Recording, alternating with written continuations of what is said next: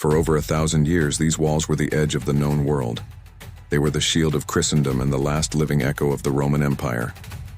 But in 1453, a 21-year-old sultan arrived with an army that seemed to stretch to the horizon and a weapon that would shatter the ancient world. Before the gates of Constantinople, the final chapter of a legendary empire was about to be written in fire and steel.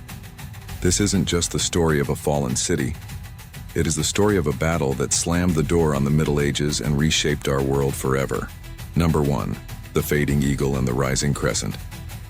By the mid-15th century, the Byzantine Empire was a ghost of its former self.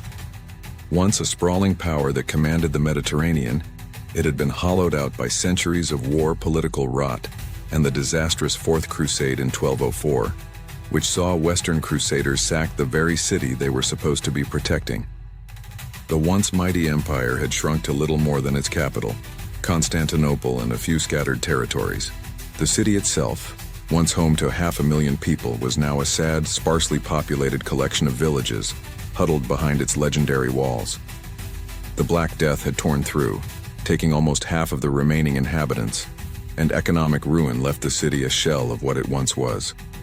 Meanwhile, across the Bosphorus Strait, a new power was rising, and it seemed unstoppable: the Ottoman Empire. The Ottomans had expanded at a dizzying pace, swallowing up Byzantine lands until Constantinople was just an island in a vast Turkish sea. In 1451, a new sultan took the throne. He was only 21, but he was brilliant, ambitious, and obsessed with a single goal: conquering Constantinople.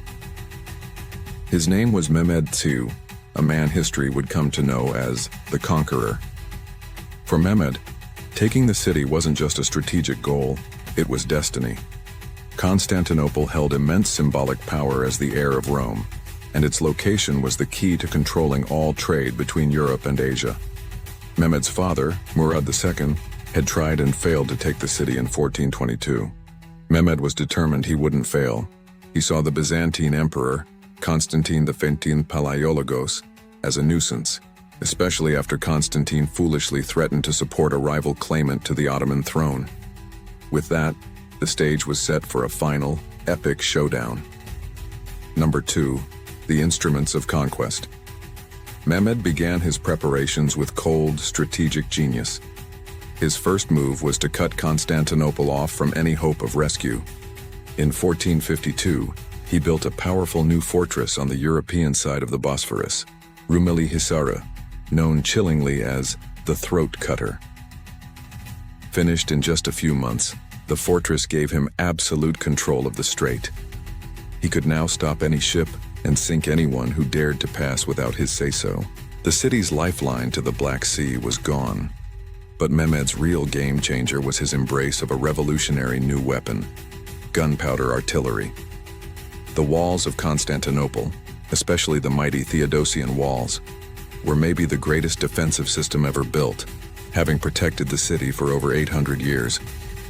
Mehmed knew he needed something that could turn them to rubble. He found his answer in a Hungarian cannon maker named Orban. Orban had actually offered his services to the Byzantines first, but Emperor Constantine XI was broke and couldn't afford his price tag. So, seeing an opportunity, Orban went to the Ottoman court.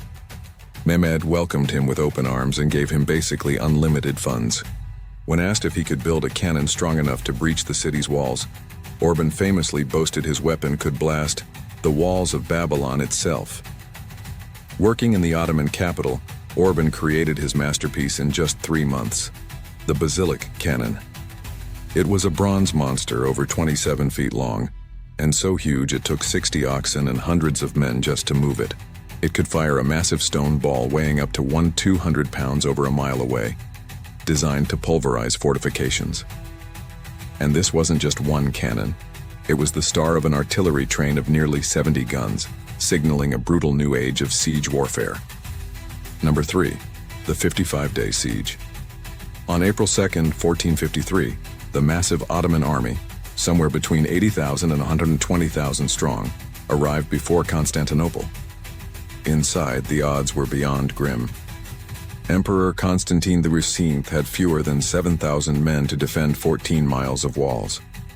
This tiny force was a mix of his own troops and foreign volunteers, led by the emperor himself and a brave Genoese soldier named Giovanni Giustiniani, who brought 700 of his own well-armed men. The siege began on April 6th. The Ottoman cannons opened fire, and the ground itself shook. For weeks, the guns pounded the Theodosian walls without mercy. The basilic cannon was terrifyingly effective, blasting huge chunks out of the walls, though it was so massive it could only fire about 7 times a day. By day, the defenders desperately fought back. By night, they frantically repaired the gaping holes with rocks, rubble, and anything they could find. Then, a small victory. A huge chain stretched across the city's harbor, the Golden Horn, kept the Ottoman fleet out. On April 20th, 4 Christian ships, 3 from Genoa and 1 carrying vital supplies, fought their way through the Ottoman naval blockade in a daring battle. It was a huge boost to the defenders' morale. Infuriated, Mehmed came up with one of the most audacious plans in military history. If he couldn't sail past the chain, he'd go overland. On April 22nd, he ordered his men to build a road of greased logs. They then dragged some 70 of his smaller ships over a hill and right into the Golden Horn. The defenders were stunned. They were now forced to guard the weaker sea walls, stretching their already thin forces even further. For the defenders, the sight was soul-crushing. As May dragged on, the situation inside the city grew desperate. Food was almost gone, and the constant cannon fire was wearing down both the walls and the men.